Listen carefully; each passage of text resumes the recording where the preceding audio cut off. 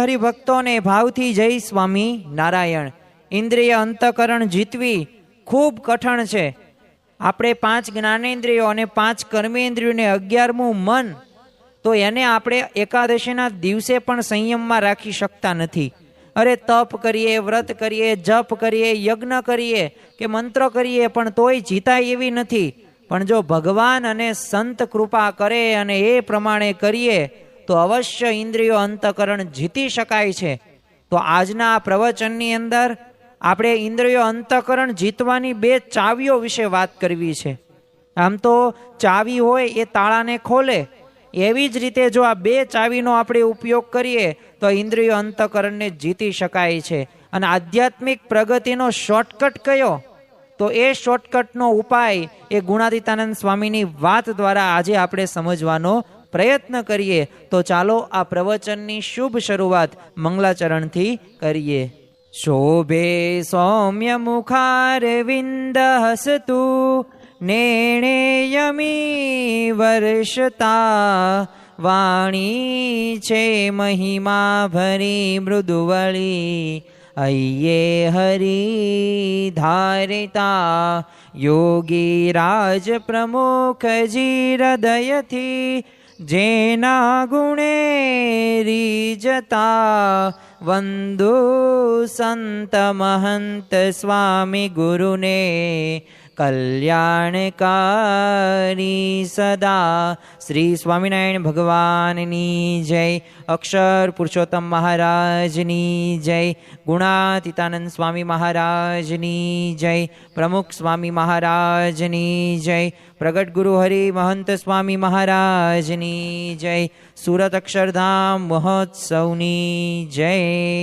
દરેક દિવ્ય હરિભક્તોને ભાવથી જય સ્વામી નારાયણ.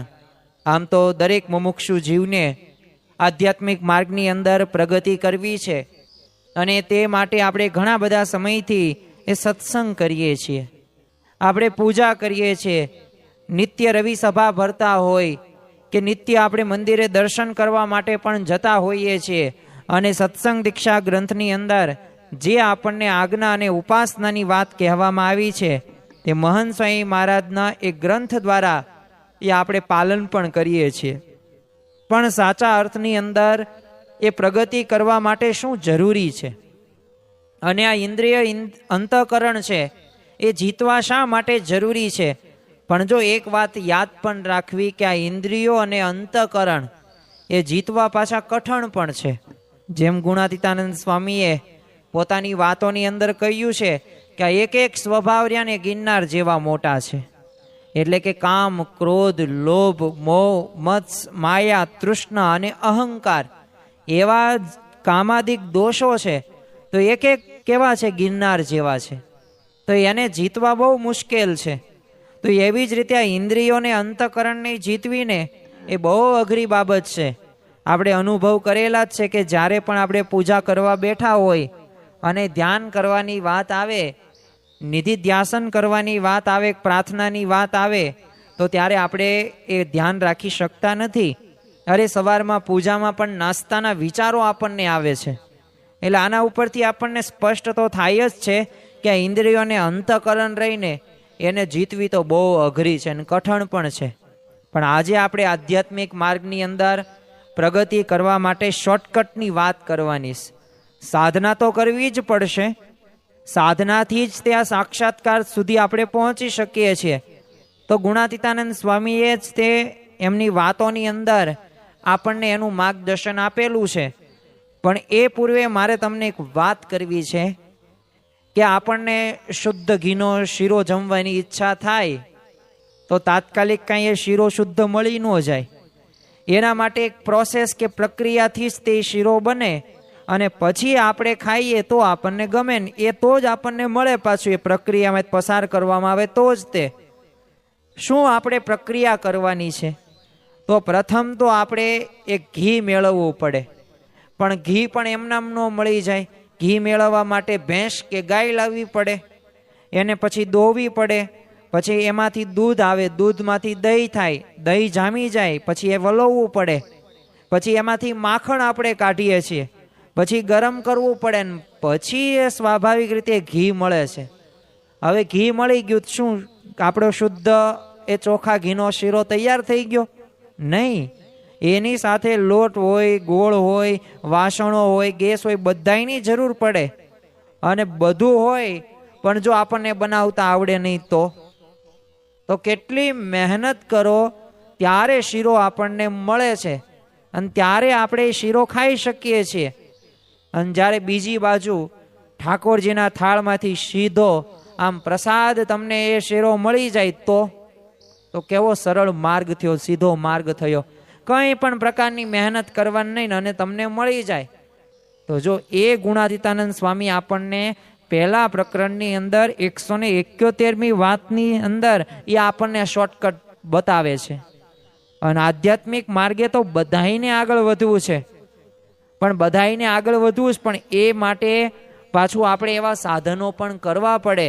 તો આપણે સૌ પ્રથમ એ વાતનું વાંચન કરીએ અને ત્યારબાદ શ્રવણ કર્યા બાદ આપણે સમજીએ કે ખરેખર આ વાતની અંદર સીધો અને સરળ માર્ગ એ મૂળ અનાદિ અક્ષર મૂર્તિ ગુણાતીતાનંદ સ્વામી આપણને શું જણાવે છે.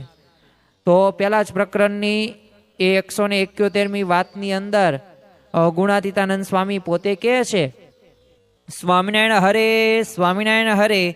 સ્વામીએ વાત કરી છે કે એક તો યજ્ઞ કરે તે આખી પૃથ્વીમાં ઘોડો ફેરવે તેમાં બહુ દાખલો. કેમ જે કોઈક બાંધે તો યજ્ઞ અધૂરો રહે, ને એક તો ફળિયામાં ઘોડો ફેરવીને યજ્ઞ કરી લે તેમાં શું કહ્યું છે કે ઇન્દ્રિયોને અંતકરણ તેને વશ કરવા એ તો પૃથ્વીમાં ઘોડા ફેરવવા જેવું છે, ને પોતાને બ્રહ્મરૂપ માનવું એ તો ફળિયામાં ઘોડો ફેરવવા જેવું છે. અને વળી 64 લક્ષણ સાધુના કહ્યા છે તે શીખવા એ તો પૃથ્વીમાં ઘોડા ફેરવવા જેવું કઠણ છે, ને એ 64 લક્ષણવાળા સાધુમાં જોડાવું એ તો ફળિયામાં ઘોડો ફેરવવા જેવું સુગમ છે. અહીંયા ગુણાતીતાનંદ સ્વામીએ 2 ચાવીઓ દર્શાવેલી છે, પણ આ 2 ચાવીઓ કઈ છે? ઇન્દ્રિયો અંતકરણ જીતવાની ચાવીઓ. અહીંયા આ વાતનો આપણે ઉપયોગ કરીને ધનવાન કે પૈસાદાર કે સત્તાવાન થઈ જઈએ તો એવી ચાવી આપણને મૂળ અનાદિ અક્ષર મૂર્તિ ગુણાતીતાનંદ સ્વામી પોતાની વાતોની અંદર નથી કહેતા. જો રૂપિયા હોય, પૈસા હોય, ધન હોય, સંપત્તિ હોય, સારા સગા સંબંધીઓ હોય તો એ આપણને ઇન્દ્રિયો અંતકરણથી બચાવશે નહીં. એક વાત તો આ ધ્યાન રાખવી. અહીંયા ગુણાતીતાનંદ સ્વામીએ એ દ્રષ્ટાંત દ્વારા સમજાવવાનો પ્રયત્ન કર્યો છે. પ્રથમ તો આપણે એક વાત એ સમજીએ કે આ ઇન્દ્રિયો અંતકરણ જીતવા કઠણ છે. પહેલા તો આ વાત આપણે દ્રઢ કરીને રાખીએ કે પહેલાના સમયની અંદર તમે જુઓ કે જેમ ગુણાતીતાનંદ સ્વામી વાત કરી એમ કે અશ્વમેઘ યજ્ઞ કરવામાં આવતા અને જો આ યજ્ઞ નિર્વિઘ્ન પૂરો થાય તો એને છે ને પૃથ્વીનું રાજ મળે. પણ આ કઠણ કામ કેટલું હતું, કારણ કે એક અશ્વન પૃથ્વી ઉપર છૂટો મૂકવામાં આવે તો એને કોઈ પકડે તો રાજાની સાથે યુદ્ધ કરીને પરાજિત કરવો પડે. તો હવે આવું સમગ્ર પૃથ્વીના બધાય રાજાઓ પાસેથી અશ્વ જો એમ કેમ પાછો આવે ત્યારે યજ્ઞ પૂરો થાય. રામાયણની અંદર પણ આપણને આ યજ્ઞની ખ્યાલ છે કે જ્યારે રામ રહ્યા એ પોતે લક્ષ્મણ અને ભરત, સીતા માતા, હનુમાનજી સાથે, વિભીષણ સાથે એ લંકા વિજય કરીને અયોધ્યામાં આવે છે. પછી થોડાક સમય બાદ એમને ઈચ્છા થઈ કે આપણે આવો યજ્ઞ કરીએ અને એમાં ઘોડો મૂકવામાં આવ્યો ત્યારે લવ અને કુશે એ ઘોડો પોતે એ જપ્ત કરેલો લીધો હતો. તો ત્યારે એ ઘણા બધાને હરાવ્યા, પણ આ તો રામ ભગવાન આવ્યા અને પછી હનુમાનજીએ વચ્ચે પડ્યા અને એ બધું તે પ્રકારના પ્રશ્નોનું સમાધાન કર્યું. પણ એ ઉપરથી આપણને ખ્યાલ આવે કે એવું કંઈ સામાન્ય વાત છે નહીં. તો આવું હવે દુષ્કર અને પાછું કપરું કામ, તો એવું જ કામ આ ઇન્દ્રિયોને અંતઃકરણને જીતવાનું. તમે જો ગમે એટલું તમે નક્કી કર્યું હોય કે મારે આ જમવું નથી, પણ તમે જુઓ કે આ સ્વાદેન્દ્રિય છે એટલે જ તે શિક્ષાપત્રીની અંદર શ્રીજી મહારાજે આજ્ઞા કરી છે કે સર્વેન્દ્રિયાણી જીતાણી રસના વિશેષ જીતાય. એટલે બધી ઇન્દ્રિયોને તો જીતવાની જ છે, પરંતુ વિશેષ કરીને સ્વાદેન્દ્રિયને આપણે જીતવાની. કારણ કે જીભ છે એને કંઈ હાડકું નથી, પણ હાડકું ભંગાવવા માટે જવાબદાર કારણ ગણી શકાય. ભગવાને જો શરીરમાં આપણને 2 અંગો આપ્યા, 2 આંખો, 2 પગ, 2 કાન, 2 નાક, કામ એક જ છે. આંખો જોવાનું જ કામ કરે, કાન સાંભળવાનું જ કામ કરે, પણ જીભ એક છે પણ કામ બે. એક તો સ્વાદ પારખવાનું, એક બોલી શકે છે. તો જો બે કામ એવા એ જોરદાર રીતે કરે છે કે ઘણા બધાને દુઃખી પણ કરે છે. અને આ જ જીભને તમે સારી રીતે વાળો તો પાછા સુખી પણ કરે છે. અમુક વખત સારું બોલવાથી એ કોઈક વ્યક્તિનું જીવન પણ બચી શકે છે, અને અમુક વાર એ આડું બોલવાથી સામેવાળો વ્યક્તિ આપઘાત પણ કરે છે. એટલે આ જીભ રહીને બહુ તે અગત્યની બાબત ગણી શકાય.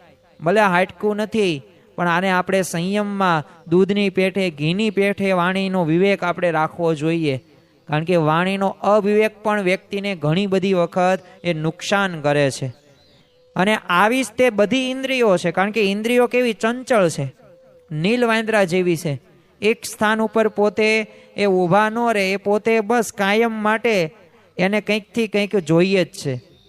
જો આપણી આંખોએ કેટલું બધું જોઈ લીધું તોય આપણને અત્યારે ઈચ્છા શું લેશ કે મારે આ જોવાનું બાકી છે.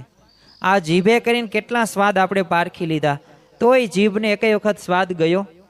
સાંભળવાનું, સ્પર્શનું, વાંચનનું, જોવાનું કેટલુંય બધું આપણે કર્યું છે, પણ છતાં પણ આ ઇન્દ્રિયો રહીને વિષયોમાંથી આ જીવ ક્યારેય તૃપ્ત થયો નથી.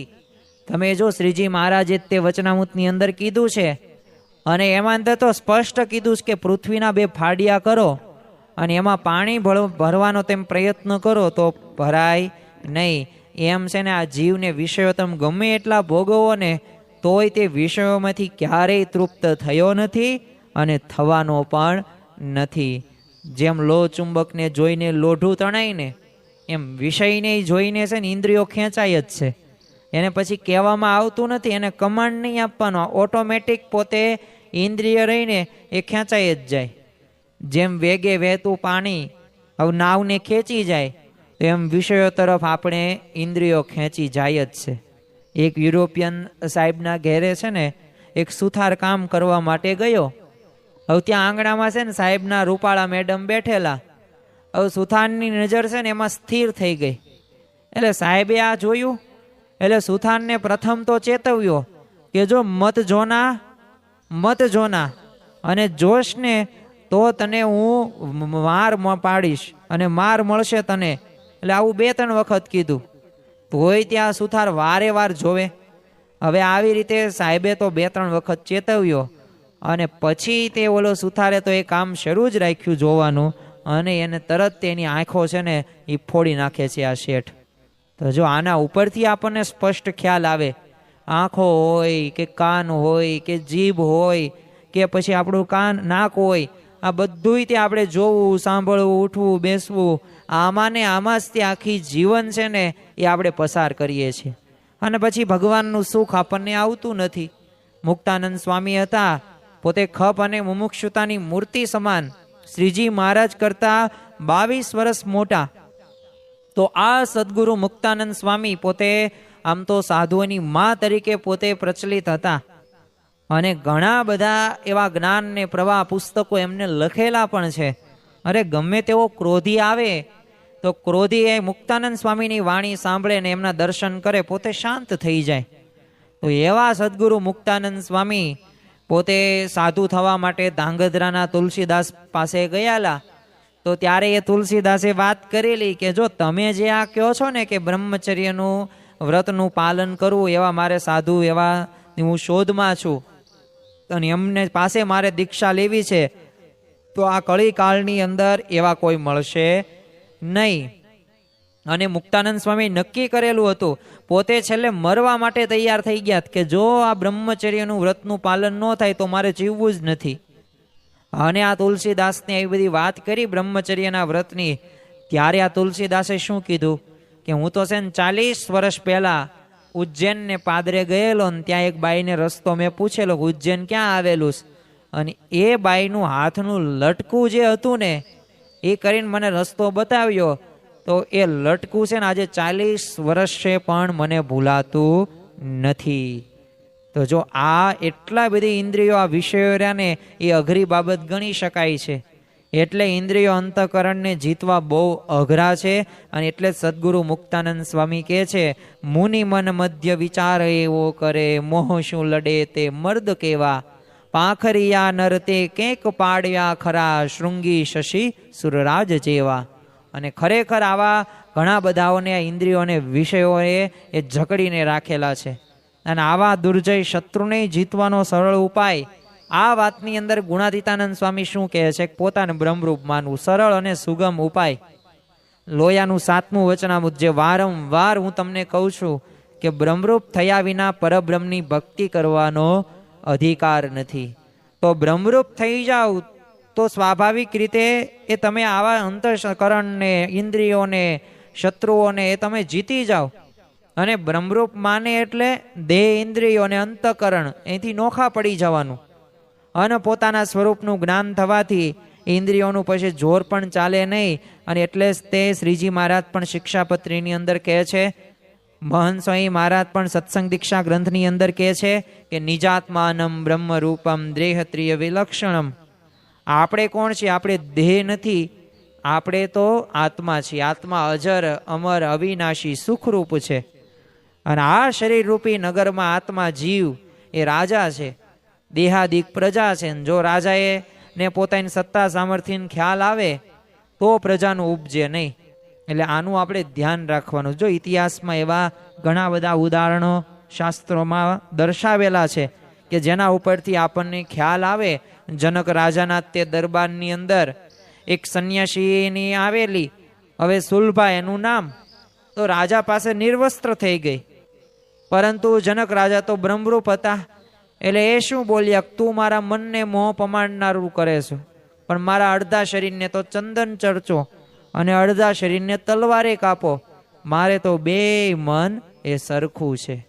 તો જો જરા પણ શોભ કે લાલચ ન પામ્યા. કારણ શું હતું? એ પોતે બ્રહ્મરૂપ માનતા હતા. એટલે જ આપણે બોલીએ છીએ ને કે નિજાત્માનમ બ્રહ્મરૂપમ દેહત્રિય વિલક્ષણમ. અને એટલું જ નહીં, અક્ષરમ અહમ પુરુષોત્તમ દાસોસ્મી, કે અક્ષર એવો હું પુરુષોત્તમનો દાસ છું. તો આપણે આપણી જાતને અક્ષર માનવાનું છે. અને જો આ માનીશું તો જ અવશ્ય આપણા જીવનની અંદર લાભ થવાનો છે.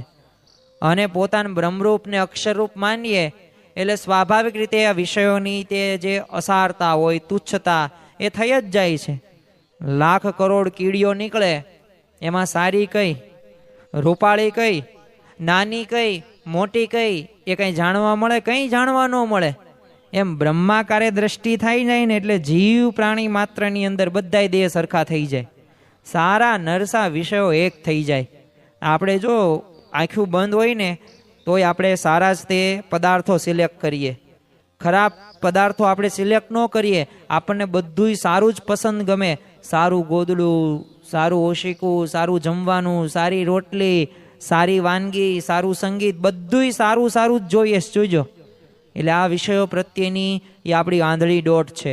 ગુણાતીતાનંદ સ્વામી એટલે કે છે, વિષય રૂપી ખાડો કોટી કલ્પે પુરાય એમ નથી, પણ જો પોતાને બ્રહ્મરૂપ માને તો પાછું પુરાઈ જાય.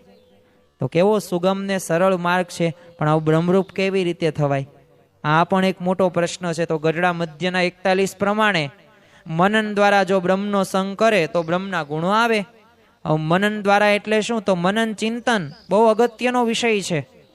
કારણ કે ઘણી બધી વખત આપણે સાંભળીએ છીએ ઘણું બધું, પણ આપણા જીવનની અંદર કેમ એ કંઈ આવતું નથી? એનું કારણ શું? આપણે મનન નથી કરતા, ચિંતન નથી કરતા, નિધિધ્યાસન નથી કરતા. અને એટલે જ તે આપણના જીવનની અંદર એવા બ્રહ્મના જેવા ગુણો આવતા નથી. મહંત સ્વામી મહારાજને આપણે નિર્માનીપણે જો આપણે એમના પ્રસંગોનું મનન કરીએ તો આપણામાં પણ નિર્માનીપણે આવે અને આવી જ જાય. સંપ સુવદભાવ એકતા અભાવ અવગુણ ઝેર સમાન છે.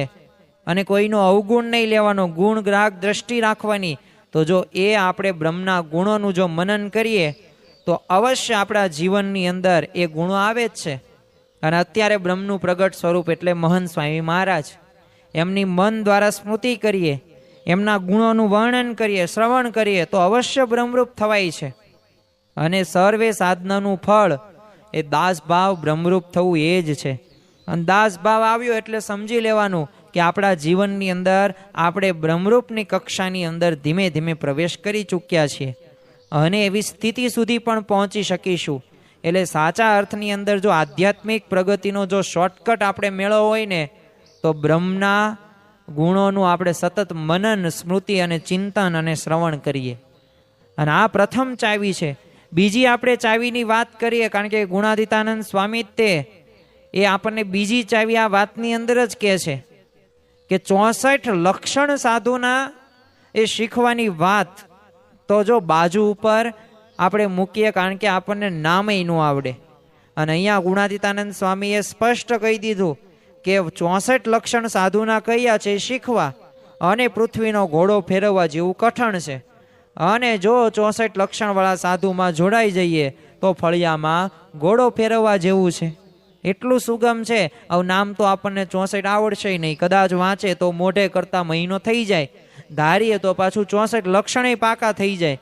પણ સમજતા વર્ષો જાય કે ન જાય? જાય જ. તે જીવનમાં ઉતરતા જન્મો થઈ જાય, કેટલાય જન્મો લેવા પડે તોય 64 લક્ષણો જે યથાર્થ રીતે આપણે સમજી ન શકીએ. એક એક ગુણ રહ્યા ને એ મોટા મેરુ પર્વત જેવા કેવા છે, અજેય છે. હું તમને એક જ ઉદાહરણ આપું, ઈર્ષાનો ત્યાગ કરવો. હવે નિર્મત્સરતાનો ગુણ લાવવો હોય તો નારદજીએ જો તુમરુને સારું ગાતા જોયેલા તો ભગવાન એની ઉપર પ્રસન્ન થયા. અને એટલે જો એક વચનામૃત આપણે સાંભળીએ છીએ એ નારદજી જેવી ઈર્ષા કર્યાનું, એમાં મહારાજે એ નારદજી જેવી ઈર્ષાની વાત પણ સમજાવેલી. પણ હવે વાત એવી બનેલી, તુમરુ સારું ગાતા હતા અને આ નારદજી પોતે એ સારું ગાતા નહોતા. આમ સારું ગાતા પણ ભગવાનને પરીક્ષા લેવી હતી. એટલે સ્વાભાવિક રીતે ભગવાન છે ને તુમરુ ઉપર પ્રસન્ન થાય છે. એટલે નારદજીને છે ને તુમરુની ઈર્ષા આવી કે હું એનાથી સારું ગાઉં, ભગવાનને પ્રસન્ન કરું. તો ગાન વિદ્યા શીખવાની શરૂ કરી, પણ ભગવાન રાજી ન થયા. તો 7 મન્વંતર સુધી નારદજીની ઈર્ષા ટળી નહીં. પછી જ્યારે તુમરુ પાસે નિર્માની થઈને ગયા અને શીખ્યા ને ત્યારે ટળી, અને ત્યારે ભગવાન પ્રસન્ન થયા. તો જો આ તો એક જ દોષની વાત થઈ, પણ આવા માન, સ્વાદ, સ્નેહ, કામ, ક્રોધ, લોભ, મોહ, મત્સ, માયા, તૃષ્ણા, અહંકાર, આવી તો આખી વણઝાર છે. અને આ બધી વણઝાર પહેલા તો ટાળવાની ને પછી ગુણો લાવવાના, કેટલું અઘરું કામ કહી શકાય. પરંતુ જો સહેલો ઉપાય ગુણાતીતાનંદ સ્વામીએ શું બતાવ્યો, 64 લક્ષણવાળા સાધુમાં જોડાઈ જાઓ, બધુંય કામ પૂરું થઈ જાય. આપણી ઉપાસના જે છે ગુણાતીતાનંદ મૂળ અક્ષર સહજાનંદ એક પરમેશ્વર પ્રગટ સત્પુરુષ મોક્ષનું દ્વાર BAPS અસ્મિતા. એ માટીના નાના નાના કાંકરા જો બજારમાં વેચવા જાય ને તો કેટલી કિંમત આવે?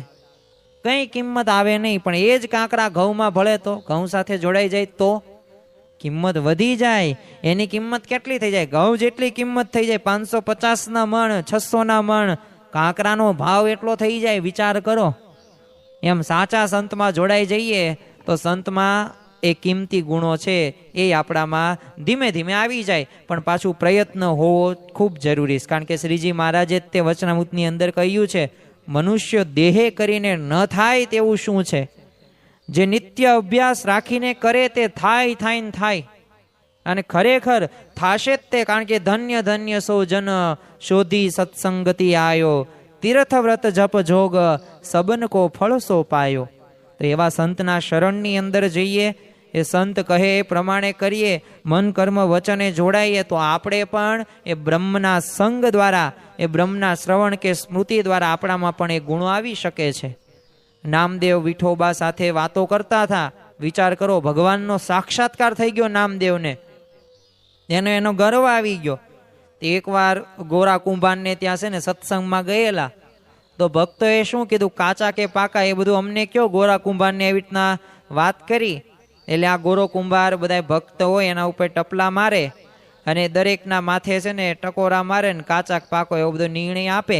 એટલે એક પ્રકારનું ટેસ્ટિંગ કરે કે આ પાકો કે આ કાચો, આ પાકો કે કાચો. એ પછી નામદેવનો વારો આવે છે. એટલે નામદેવને તો મનમાં શું હતું કે હું તો ભાઈ ભગવાન સાથે વાતો કરું છું, એટલે મને તો પાકો જ કહેશે. એટલે તરત તે ગોરો કુંભાર એની પાસે આવીને ટપલો મારે છે અને શું કહે છે, નામા કચ્યા. અને આને અપમાન લાગી ગયું કે હું તો ભગવાન સાથે વાતો કરું તોય કાચો. પછી ભગવાને દર્શન દીધા ને કીધું, અરે તું તો ગુરુ વિનાનો નુગરો છું, ગુરુ કર, એમાં જોડા તો પાકો થઈશ.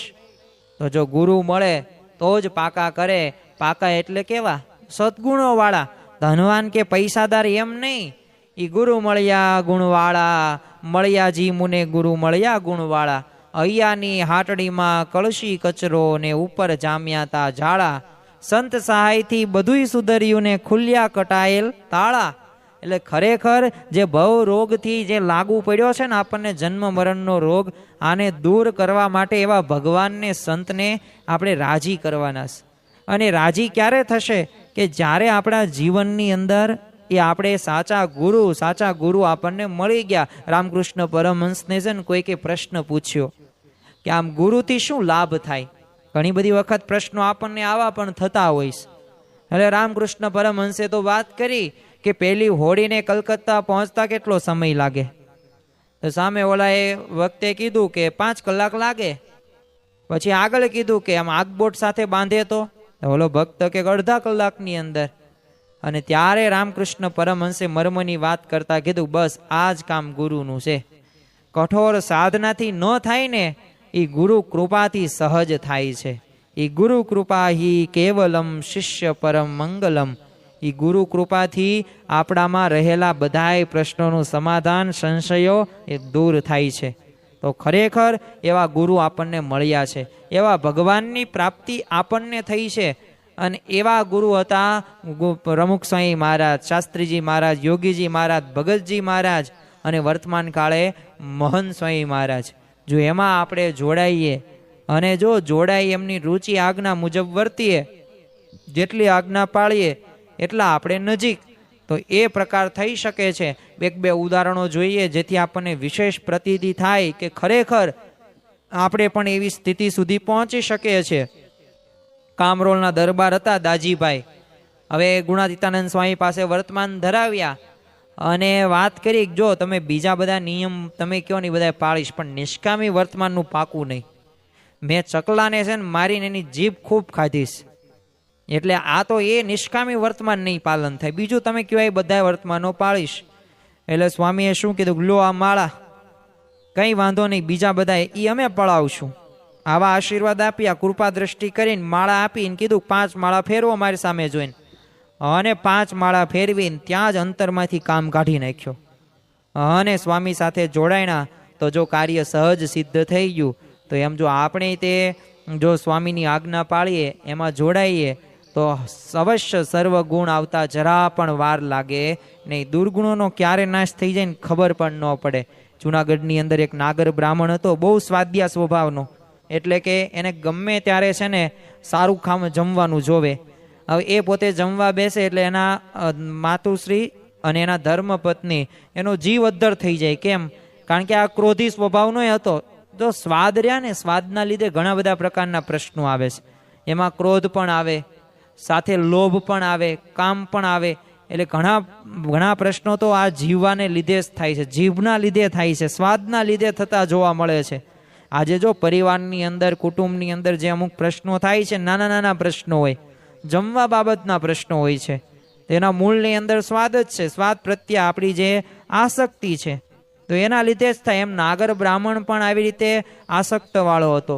એટલે એક વખત પોતે જુનાગઢ મંદિરમાં જાય છે અને ત્યાં કથા પૂરી થઈ ને પછી આને વિચાર શું આવ્યો, હવે આ સ્વાદ્યા સ્વભાવને વિચાર એવા જ આવે, જમવાના જ આવે. એટલે એને વિચાર એ આવ્યો, મારે છે ને આ જોવું છે કે આ તો જુનાગઢ મંદિરના મહંત છે, એટલે આ તો સારું સારું જ જમતા હશે. એટલે એ પોતે જાય છે અને સાના માના બારીમાં જ જોવે છે ને ત્યાં જ તે કોઠારની અંદર હવે જ્યાં જમવાની વ્યવસ્થા હતી ત્યાં ગુણાતીતાનંદ સ્વામી પોતે પત્તર લઈને બેસે છે અને એ બાજરાનું જે ચૂરમું હતું એ આવે છે. આગેથી આને શું લાગે છે કે આ નક્કી છે ને ચૂરમું છે, મણિંદા જેવું છે. પછી છાશ નાખી તો આગેથી આને શું લાગ્યું, જો દૂધપાક નાખ્યો. પછી ગુણાતીતાનંદ સ્વામી મીઠું મગાવ્યું. આને વિચાર આવ્યો કે ચૂરમામાં મીઠું ન પડે, દૂધપાકમાં મીઠું ન પડે, આ કઈ રીતે એંગલથી. અને પછી જાણવા મળ્યું ને પછી ખબર પડી કે ગુણાતીતાનંદ સ્વામી તો એમનો ખોરાક શું છે, તો બાજરાનો રોટલો, છાશ અને મીઠું, બસ એટલું જ છે. બીજો કંઈ પણ પ્રકારનો એ પોતે સ્વાદ એ લેતા જ નથી. અને એને જે સ્વાદ આવ્યો ને એને જે ગુણ લીધો, મુખ્યત્વે તો ગુણ લીધો, અને ગુણના લીધે એ પોતે નિસ્વાદી બની જાય. તો જો એ બ્રહ્મનો એવો ગુણ લીધો તો એના જીવનમાં પણ એ ગુણ આવી ગયો. એમ જો આ મુખ્ય એક વાત એ થઈ કે આપણે જો મહંત સ્વામી મહારાજમાં એ રીતે જોડાઈએ તો એ જેવા છે એ બ્રહ્મરૂપ છે, સત્પુરુષ છે, અક્ષર બ્રહ્મ છે, તો એવા ગુણો આપણામાં પણ આવે. ને આપણી સિદ્ધાંતની વાત છે અક્ષરરૂપ થઈને પુરુષોત્તમની ભક્તિ કરવી. તો અક્ષરરૂપ થવા માટે એ સત્પુરુષમાં આપણે જોડાવવું પડશે ને એ જ આપણને એ બ્રહ્મરૂપ કરશે અને પરબ્રહ્મના પણ અધિકારી બનાવશે. તો આજના દિવસે મહારાજ સ્વામીના ચરણોમાં પ્રાર્થના કરીએ કે અમારે સૌ કોઈને આધ્યાત્મિક માર્ગની અંદર પ્રગતિ કરવી છે અને એ માર્ગમાં અમારે બહુ આગળ વધવું છે અને બ્રહ્મરૂપ થવું છે. તો એનો શોર્ટકટ તમે જે કીધો કે બ્રહ્મના ગુણો, અને સાચા અર્થની અંદર જો આપણે બ્રહ્મરૂપ થઈએ અને એ બ્રહ્મના ગુણો લઈએ મનન ચિંતન દ્વારા, સ્મૃતિ દ્વારા, તો અવશ્ય આપણા જીવનની અંદર આ ઇન્દ્રિયો અંતઃકરણમાં આપણે જીતી જઈએ છીએ. ગમે તેવા સ્વભાવ હોય ને તો સ્વભાવ પણ નિર્મૂળ થઈ જાય છે. તો આ બે ચાવીઓને આપણા હૃદયની અંદર આપણે આત્મસાત કરીએ અને એ પ્રમાણે જીવન જીવવાની બળ, બુદ્ધિ અને શક્તિ મહારાજ સ્વામી આપે એ જ આજના દિવસે પ્રાર્થના. શ્રી સ્વામિનારાયણ ભગવાનની જય.